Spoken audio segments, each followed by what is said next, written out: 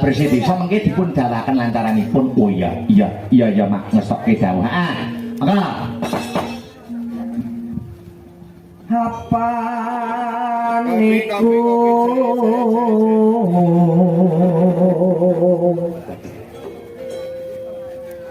dadi kewajiban baku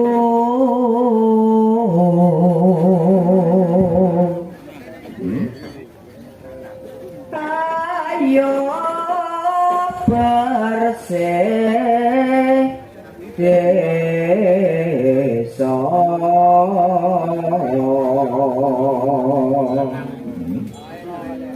murehato sokar sakit. Yuk sesarengan 1, 2, 3 ya. Iya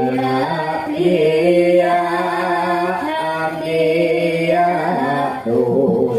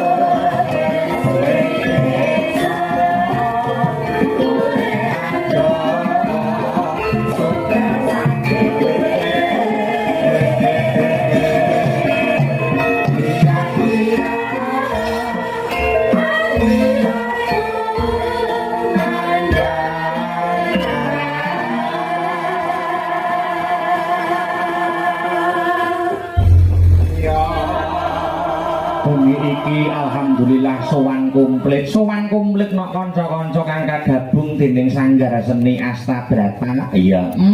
Mijil saka Dalan Mastrik Gandung Kidul Kecamatan Nganjuk Kadipaten Nganjuk.